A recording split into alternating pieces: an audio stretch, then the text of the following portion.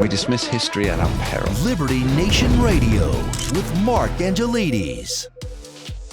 And we're back with Andrew Moran, Chief Economist, Editor for LibertyNation.com. Now, Andrew, we talked earlier about the banking system, SVB. But what I really want to get into now, and I think this is quite an important topic, is de-dollarization. Now, you've been writing about de-dollarization since, I guess, 2017, and now it's really just come to the fore, and you look across major networks. I say major, I think they had like 450,000 viewers in a day, which, CNN, for example, is now talking about de-dollarization. It's come to the mainstream, which I think means it's come to a head. So first, can you tell us what is de-dollarization? Second, how does that impact everybody? And three, what form does this illness take? Okay, well, you're probably going to have to go one by one with me again because my brain. All right, what is de-dollarization? Give us the prepared from Mark Angelides version, which must be somewhat low level, if you don't mind.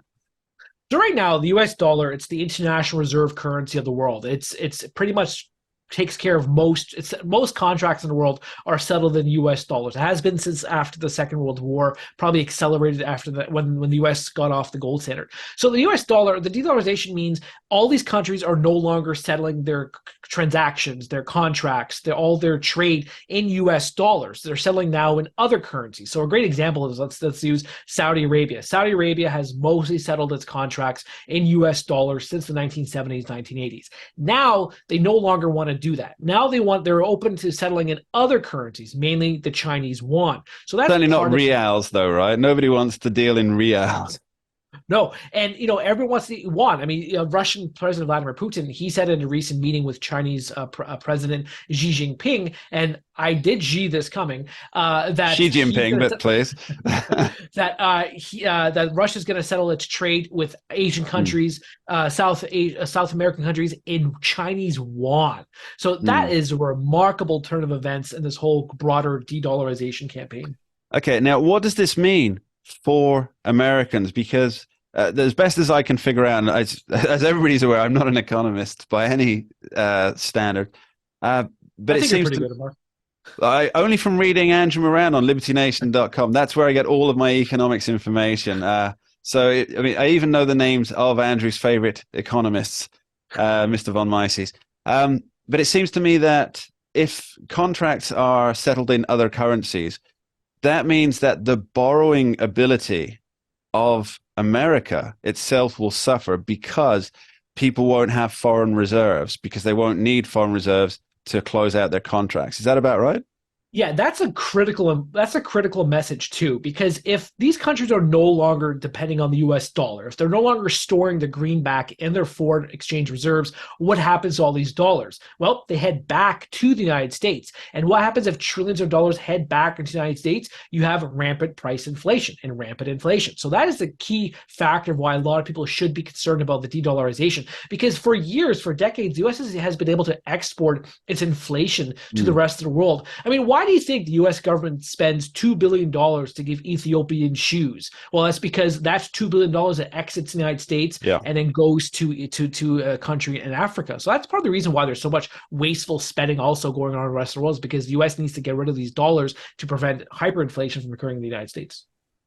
Yeah, I don't think that's something that many people consider, is that by exporting the currency that you'd imagine that provides value within the United States. By exporting it, you're essentially keeping inflation down.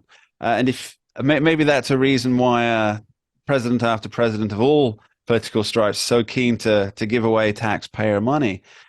So, Andrew, what do we need to look out for with the de-dollarization? Is it going to be rapid, one country following another, or is it going to be slow? And let's be very clear on this. Is it certain to happen that more countries will join this almost campaign for de-dollarization? Well, I've been writing for the last few years that this is going to be a slow, methodical approach. Because I mean, let's use the U.S. Treasury holdings as an example. China didn't just suddenly dump its holdings of U.S. debt. It's been gradually reducing its holdings, which is important for China because then if they were to dump it overnight, they would lose $1 trillion, crash the economy perhaps. So I think this is going to be I find it amazing how this is just accelerating under President Joe Biden. Because out of nowhere, you have Russia, China, the BRICS countries saying, yeah, we want to get off the US dollar. And now, China's brokering deals between the Saudis and Iran, and they're brokering deals between Syria and Saudi Arabia. So I thought these developments are critical to the whole de-dollarization campaign. Last summer, when Putin was meeting with the BRICS countries, they said that they're going to foster in an era of BRICS currencies. So it's going to be a basket of currencies traded on international exchange, and therefore you no longer need to depend on the US dollar. These countries can avoid all these sanctions, and pretty much the weaponization of the dollar no longer holds any muster. I think that's going to be critical. The US can no longer be the foreign policy king because the dollar is no longer king eventually in the future. Is this, and I hate to bring it back to eggs as we often do when talking economics, but this is a different egg mention. So is this a chicken or an egg scenario? As in, was using American financial power abroad, was that the impetus for the reason why countries want to move away from using the dollar? Because then they can essentially escape any fiscal sanctions that are being applied, or any fiscal pressure that's being applied? Yeah, that's absolutely correct. You look in the aftermath. So it was the chicken first, not the egg. In the aftermath of Russia invading Ukraine, the Western community, they started banning Russia from participating in international commerce. They banned them from the SWIFT system. They banned them from raising capital in the capital markets. So by no longer depending on the U.S. dollar and relying more on rubles, yuan, BRICS currencies, all those different forms of money, the financial power of Washington and the dollar no longer reigns supreme. So all these countries, I mean, look at Iran. Iran has been frozen from the global marketplace because everyone depends on the dollar. If you no longer need to depend on the dollar, then Iran could just, open the floodgates of its oil to the rest of the world and then settle its transactions in perhaps Saudi Riyal, perhaps Chinese yuan, all these different options. So yeah, and the weaponization of dollar, which a lot of media outlets are now talking about, which is befuddling to me, it's eroding as time goes by. Well, they're only 5 years behind Andrew Moran, but so is everybody else. Now, Andrew, one final question on this for you. How do we reverse it? That's a good question. I can answer that question just because the U.S. has been the super. Well, actually, let me rephrase it then. Sure. Why did it accelerate under Joe Biden? What's different?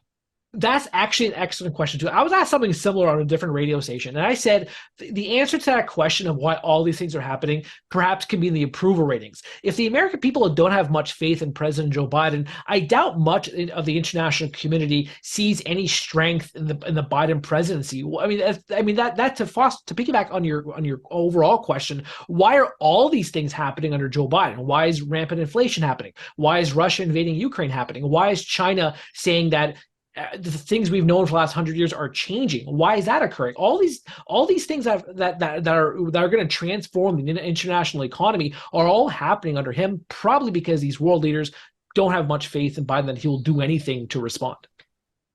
Well, I think that's a fairly damning assessment, Andrew, but I find it hard to disagree with you. Andrew Moran, I want to thank you ever so much for being here. We will keep a track of this. Please, listeners, do go to libertynation.com and check out Andrew's piece on this warning. UN replacing the dollar is a national security issue. That's with Andrew Moran and a guest who we've got coming up right now, Dave Patterson, discussing the defense and the economics angles on that. Andrew, thanks ever so much for being here. Thank you for having me. We dismiss history at our peril. Liberty Nation Radio with Mark Angelides. Entertaining, informative, and just plain fun. Watch Liberty Nation's The Conservative 5. Produced by conservatives for conservatives. C5's The Left Free Zone. Hosted by Liberty Nation's Lisa K. Donner. Joined by a raucous, irreverent panel of authors. Deconstructing leftist narratives. Debating the hot topics. And remembering to laugh. Join the official conservative safe space. You only did that to piss Jeff off. Liberty Nation's The Conservative 5.